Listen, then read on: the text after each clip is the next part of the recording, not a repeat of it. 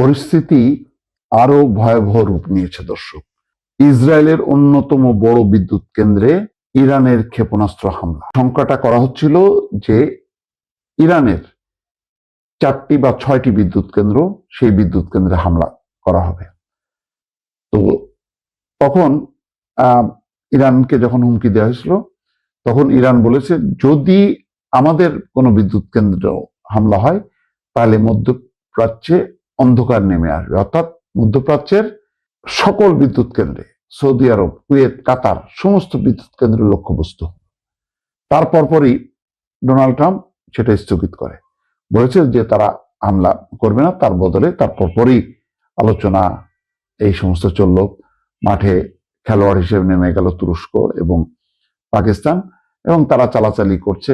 এদিকে যুক্তরাষ্ট্র দেয় 15 দফা শর্ত, আর ইরান নাকি 5 দফা শর্ত দিয়েছে। যদিও ইরান বলছে তাদের সঙ্গে প্রত্যক্ষ বা পরোক্ষভাবে কোনো আলোচনা হয়নি যুক্তরাষ্ট্রের, শুধুমাত্র কিছু প্রস্তাব এসছে তাদের কাছে, কিন্তু কি প্রস্তাব তার বিস্তারিত বলেনি। কিন্তু ইরান বারবার বলছে যে এগুলো হচ্ছে চালাকি এবং সময়ক্ষেপণ, এবং ইরানের ভেতরে তারা স্থল অভিযানের প্রস্তুতি নিচ্ছে। আসল উদ্দেশ্যটা হচ্ছে যে ইরানের আরো বড় ক্ষতি করা, অর্থাৎ আলোচনার কথা বলে ইরানকে একটু দুর্বল করা মানসিকভাবে। সেই সুযোগ নিয়ে তারা হামলা করবে, সেটা বুঝতে পেরে ইরান অব্যাহতভাবে কিন্তু হামলা চালায় যাচ্ছে। কুয়েতের বিমানবন্দরে হামলা করছে। এখন সবচেয়ে তাদের মূল শত্রু ইসরায়েলের অন্যতম বড় বিদ্যুৎ কেন্দ্রে ইরানের ক্ষেপণাস্ত্র হামলা। ইসরায়েলের একটি বিদ্যুৎ কেন্দ্রে ইরানের ক্ষেপণাস্ত্র হামলার পর সেখান থেকে কুণ্ডুলি পাখির ধোঁয়া ওঠার একটি ভিডিও যাচাই করে নিশ্চিত হয়েছে বিবিসি। ভূমধ্য সাগর উপকূলে হাদেরায় অবস্থিত এই বিদ্যুৎ কেন্দ্রটি ইসরায়েলের অন্যতম বৃহৎ বিদ্যুৎ স্থাপনা। 2022 সালে এটি কয়লা থেকে গ্যাস চালিত কেন্দ্রে রূপান্তর করা হয়েছিল। ভিডিও ফুটেজে দেখা যায় বিদ্যুৎ কেন্দ্রের একটি কুলিং টাওয়ারের পাশ থেকে ধূসর ধোঁয়া উপরের দিকে উঠে যাচ্ছে। বিবিসি বলছে, আমরা স্যাটেলাইট ইমেজের মাধ্যমে স্থানটি শনাক্ত করতে পেরেছি এবং রিভার্স ইমেজ সার্চের মাধ্যমে নিশ্চিত হওয়া গেছে যে ভিডিওটি আজই প্রথম আপলোড করা হয়েছে। এদিকে ইসরায়েল ইলেকট্রিক কর্পোরেশনের বরাত দিয়ে দ্য টাইমস অফ ইসরায়েল জানিয়েছে, ব্যালিস্টিক ক্ষেপণাস্ত্র হামলার পর বিদ্যুৎ কেন্দ্রের অবকাঠামোতে কোনো ক্ষয়ক্ষতি হয়নি। ইরান মানে ইসরায়েল কখনো স্বীকার করে না যে তাদের এই মানে কোনো ক্ষতি হয়, কিন্তু বুঝতেই পারছেন যে বিবিসি কিন্তু নিশ্চিত হয়েছে হামলা হয়েছে।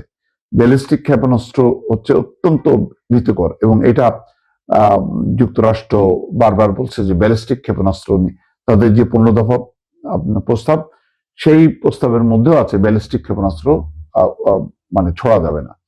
সেই ব্যালিস্টিক ক্ষেপণাস্ত্র ছুড়েছে ইসরায়েলের অন্যতম একটি বড় বিদ্যুৎ কেন্দ্রে।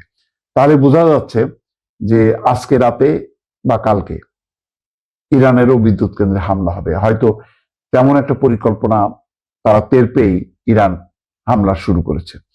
ইরান এখন মোট কথা তাদের বিদ্যুৎ কেন্দ্রগুলি যদি শোয়ায়ও দেয়, পুরো ইরান যদি অন্ধকার নেমে আসে, তারপরও তারা হামলা থেকে পিছপা হবে না, তারা হামলা চালিয়ে যাবে।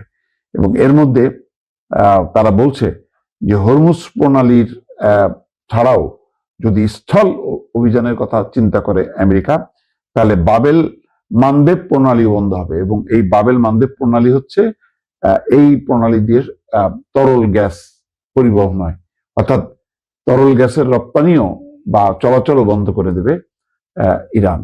সব মিলিয়ে পরিস্থিতি কিন্তু আরো বরং আলোচনার নামে